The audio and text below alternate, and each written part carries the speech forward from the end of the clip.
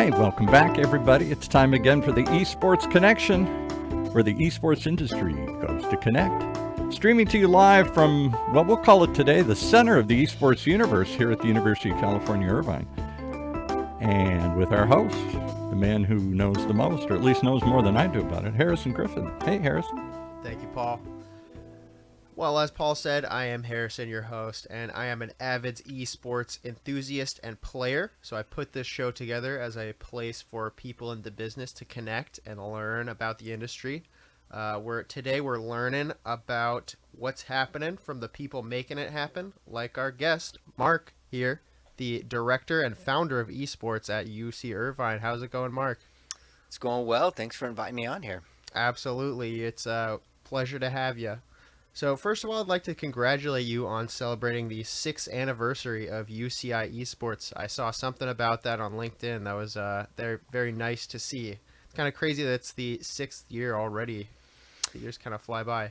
It does. Yeah, I kind of feel like there was the early years and then the couple years of shut down with the pandemic, and then we came back, and yeah, this fall we celebrated 6 years, and so we're in year 7, which is mind-boggling.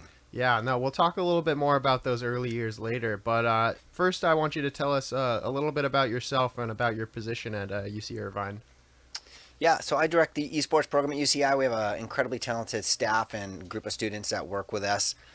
So I'm kind of overall kind of leading the collegiate program, so overseeing coaches and the competitive element, the strategy of the program, fundraising, kind of resource management, the space and all the different things that go into it. So I try to, as one of my former vice chancellors used to say, try to surround myself with talented people and then get out of their way.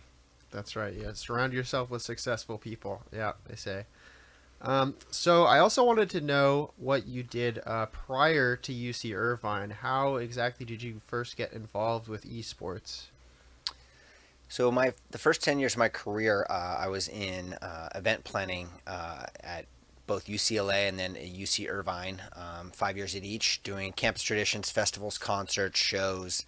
At UCI, I was working for student government here, and so those are my previous roles. Nothing to do with esports. I like to say I played too much StarCraft in college, but nothing that would make you confuse me for an esports athlete, certainly.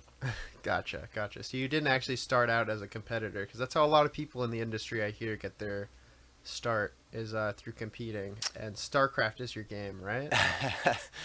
Used to be. I'm a Magic the Gathering fan these days. Oh, okay. Cool. Easier to pick it up and put it down.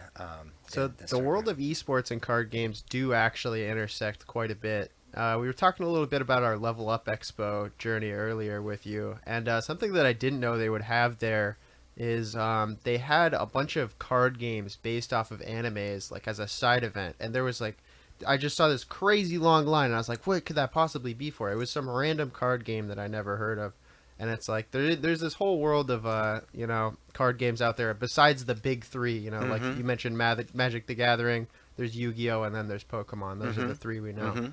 But do you ever compete in Magic the Gathering, or do you just play it casually with your friends? Mostly a casual player. Someday I aspire to play at some sort of tournament and get my butt kicked by real players. Nice, yeah. What do you think about the upcoming Magic the Gathering set? Have you seen the Lord of the Rings set that's coming out? I have.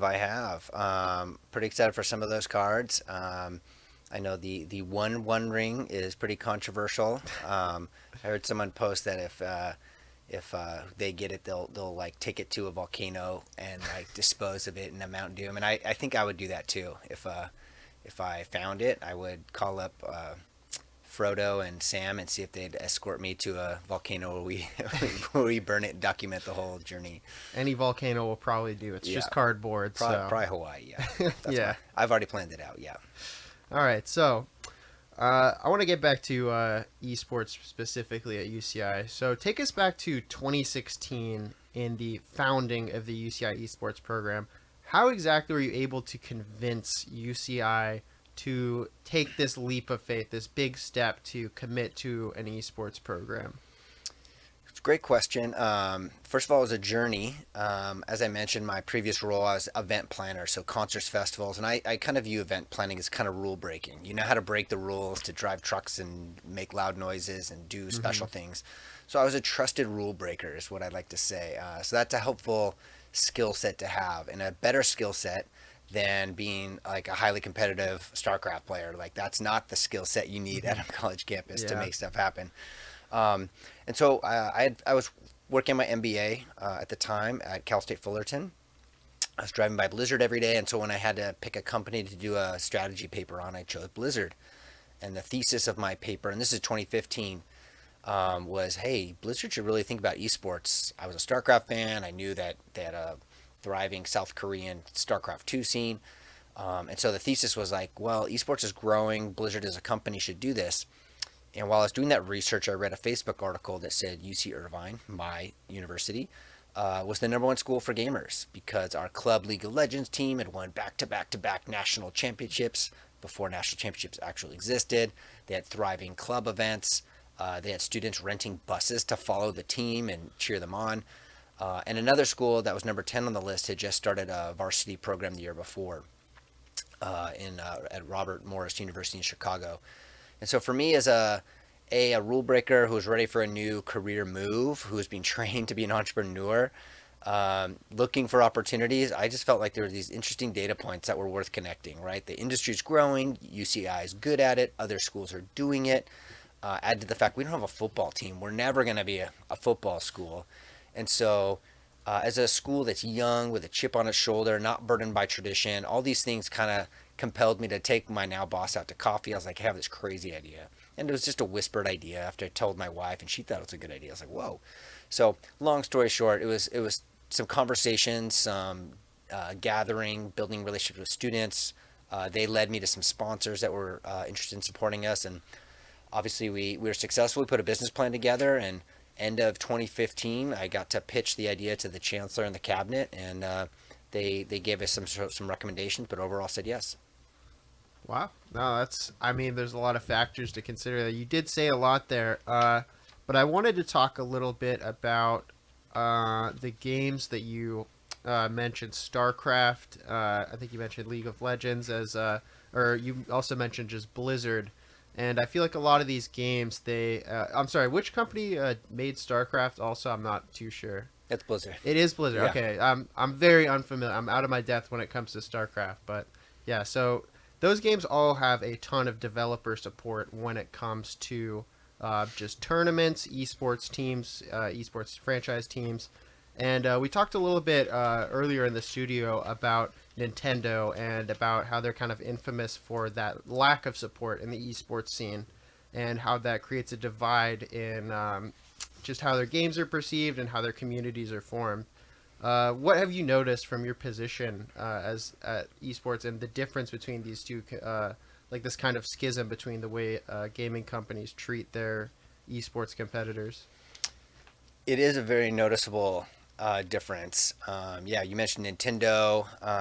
There was several years where Counter-Strike was a top tier esport, and they're also famous for not having any like real support from Valve. Valve just kind of really cares about Steam and Dota. That's kind of what it felt like. And for me as a director, I want us to play in the best college leagues, and you want them to be well run, you want them to be predictable, you want them to have some sort of standard for eligibility. And if the developers aren't involved, then it's really run by third-party people, and you really don't know what you're going to get. And when I first started, like, there's some pretty awful stories about just poor tournament organization. It's still bad, but it used to be worse. And we found that the developers who own the IP, by the way, so they have to kind of endorse and like allow it to happen. The developers were the ones that were putting the most thought and energy behind it, making sure it was well run and supported. And so, yeah, Blizzard and Riot Games have been pretty strong partners for collegiate esports. And I think without their investment to have staff dedicated to it and throwing events and tournaments, I don't think those would be the esports that we see today. Yeah, no, definitely. You could definitely just notice the difference. Everybody knows that League of Legends, if they know nothing about it, they know that there's big stadiums of people watching it, and there's massive prizes for for their players, which is probably the biggest difference from the competitor's perspective, is that Nintendo events do not have big prize bonuses because, for the reasons we listed, they just don't get any support from Nintendo in the form of, cash liquidity. But anyways, something else I wanted to ask you is any advice that you would get for people who were like yourself in 2015 who are trying to get into the esports scene. What advice would you give them? And maybe even more specifically for some of the people that you mentioned who only have experience maybe playing StarCraft and they don't actually have experience with the business side of esports. Yeah, so for my role, and I think this is becoming more widely accepted, because early on, you have these universities who are looking, or let's say high schools, or any school that's trying to start an esports program. They're looking for subject matter experts, and often those are young people with a lot of experience playing games. But what I think they're finding, and what I would recommend is, it's better to have a skill set in terms of kind of higher education or being an educator, that also has a passion for games. So start with the tools and ability to work in a restrictive kind of higher education or high school environment, and then show that passion for gaming by supporting a club or a program like that. I think it's very, very hard for a young person who really has the majority of their resume based on competing. Like, that's not going to be a compelling case for an administrator to select them to do what I do. But there's a lot of different roles in esports, and for roles like graphic design or production or videography, team management, term organization, all roles I pay students to do right now. My recommendation for them is to start small and start doing it. Get something on your resume, volunteer, throw tournaments with your friends, help manage an amateur team or a group of friends. Start creating some graphic designs or social media for someone, because people like me are going to want to see some experience, and we're going to want to know that you know what you're doing and that you care about it, you're decent at it, and you have a passion for it. And so my advice for those people is just to start. Yeah, no. You mentioned a little bit about esports clubs, and as somebody who, I was at Cal State Long Beach, and we didn't really have an esports program like UCI has. They have a very comprehensive program. They have classes around esports that you can take, but Cal State, they really just have a club that's run by people who really just have a love and passion for these games. That is really how a lot of these things start out. And you also mentioned a lot of the jobs that are, I don't know if they're available, but a lot of job opportunities that you have at UCI. I would love to have written those down, but I wasn't ready. Could you list some of those out again? Yeah, well, we're actually hiring students right now. So if you have some UCI students listening, yeah, they can go to our social media and fill out applications. But we have roles for team management, graphic design, videography, production, shoutcasting managers, videography. I don't know if I mentioned that already. Mm-hmm. And so we usually have about 10 to 12 interns that kind of do those roles. We also have business development interns who help me deliver on our sponsorship agreements. And all of those are roles that pro teams are hiring for all the time. And many of our students have gone on to work for professional teams, and to use those skills and abilities they honed with us in the real world. Yeah, no, that's great. That's so you mentioned internships. So do you offer paid internships or unpaid internships also, I'm assuming? These are all paid internships. Yep, we pay $16 an hour, where there's a lot of free labor in the esports world. Yeah. And it feels bad having some people get paid and some people not. So we try to keep it pretty even for all the people that we consider non-replaceable core to our operations. They're all paid. Mm-hmm. Yeah. When we had Adam Lopez on the show a little while ago, he did mention that a lot of people do work in the industry for free at first to get their start. And he talked a little bit about that. He mentioned some of the strategies that you can use, like to not get taken advantage of, in part not staying with the same company for too long, being aware of what your time is worth and things of that nature.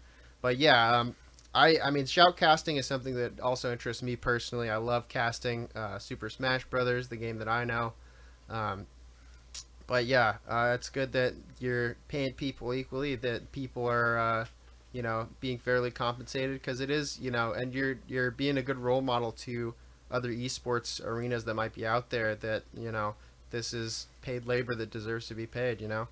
So we appreciate that. Yeah, well, I will say we certainly pay our students, but we're also looking for that prior experience. So they had to Hmm. get it somewhere. And so often it's for school, like they might be a graphic design major or might make film on their own.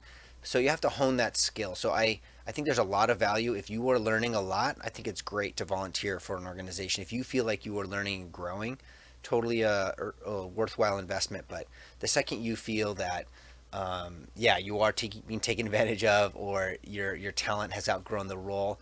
I definitely think it's a smart move to look for other opportunities, um, and yeah, make sure that you're not being taken advantage of.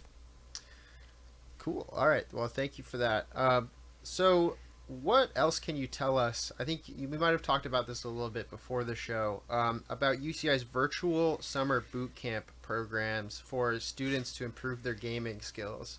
That's something that as a someone who works with youth development and worked at a YMCA summer camp, I'm very curious to see how that works, because my summer camp was technology free, so it's the exact opposite of what you would be attempting to do usually. But yeah, no, I'm just curious how that works, what that program is like.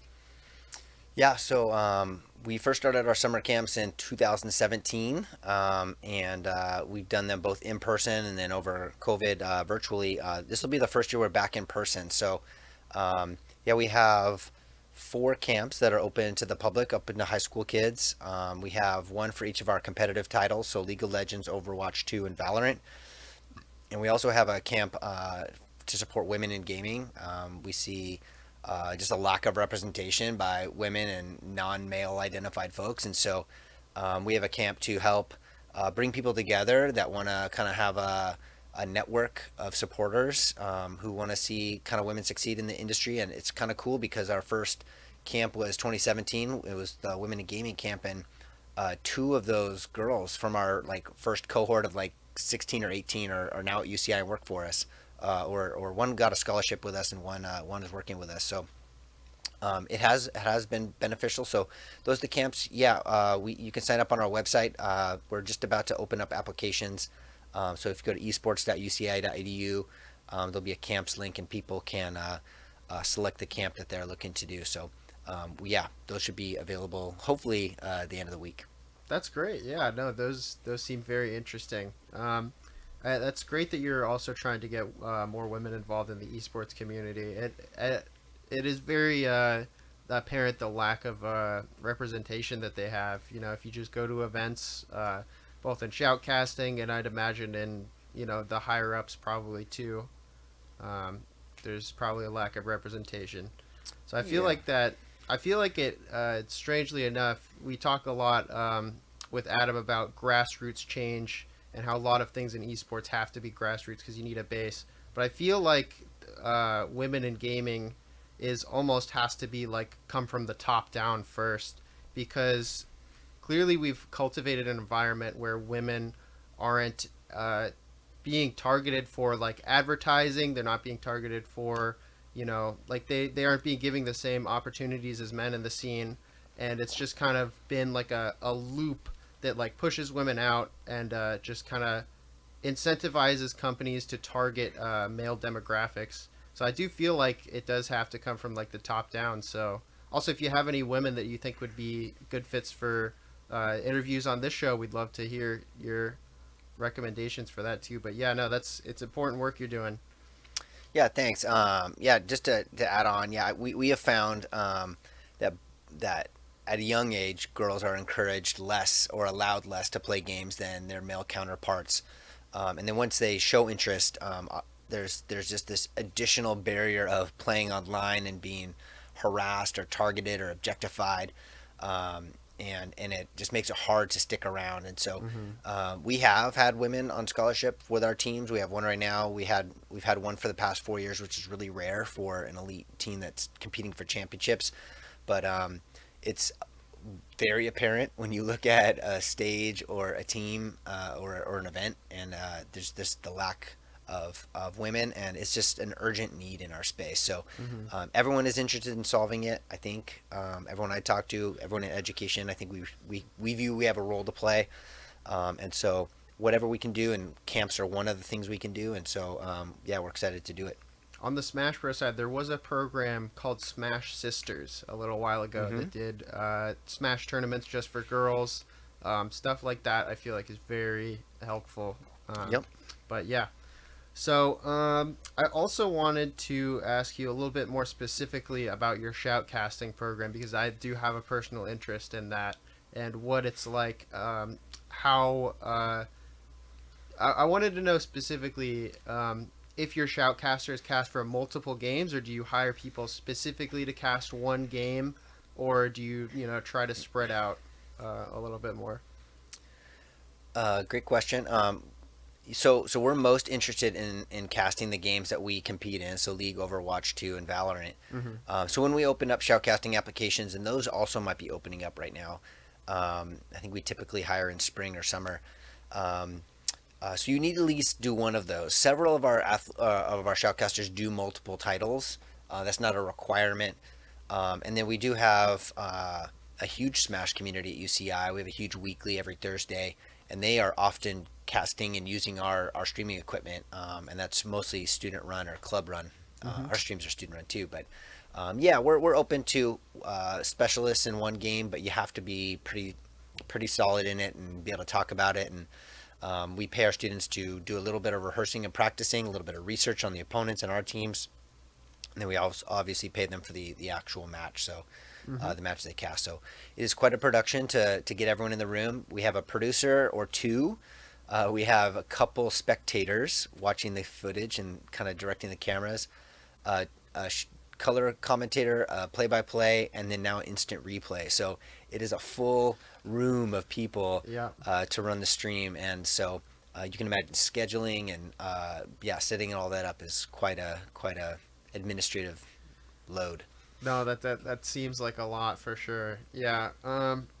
No, that's very interesting. I'd imagine they would try to commentate some of those big three games. Those did seem the most comprehensive, but I actually did get a couple of chances to check out the arena because I did go to that Smash tournament on Thursdays that you mentioned. It is I was expecting it to be like 20 people, and it was around 40 people. So you never expect it to get that big in that room, but it really does. It drew a crowd for sure. But yeah, even when the Smash tournament was going on, there were still people practicing, people coming in and using the setups. It was very accessible to students. So yeah, no, it's a very impressive arena, I have to say. So yeah, to close this out, I just wanted to ask you what your favorite video game of all time is. You mentioned StarCraft, but I'll say it doesn't necessarily have to be an esport. What's maybe your favorite game from your childhood, or just a personal favorite? Yeah, I'll name a few. I think I would say the best game I've ever played, I think Breath of the Wild has to be high on the list. Just a beautiful game, well done. Recently, a year ago, a friend got me into Elden Ring, and really enjoyed how difficult and punishing that game is. I play Magic the Gathering Arena these days, and then I think I grew up on Super Mario Brothers 3. That was one of my OG games. So that's great. A lot of games have had meaningful impact in my life for sure. Yeah, that's great. My girlfriend got me into Elden Ring, and we're just playing New Game Plus now. So, I love that game. Couldn't agree with you more. And she loves Breath of the Wild too. Yeah. Can't wait for the second one. Jeez. Are you excited for that? The Tears of the Kingdom? I am, but I have a 6-year-old, and it's just like I want to be a responsible adult. And so if I get into one of these games, it's going to be a commitment. So I got to budget my time. All right. Well, thank you again for coming on, Mark. This has been the Esports Connection, and we'll see you next time.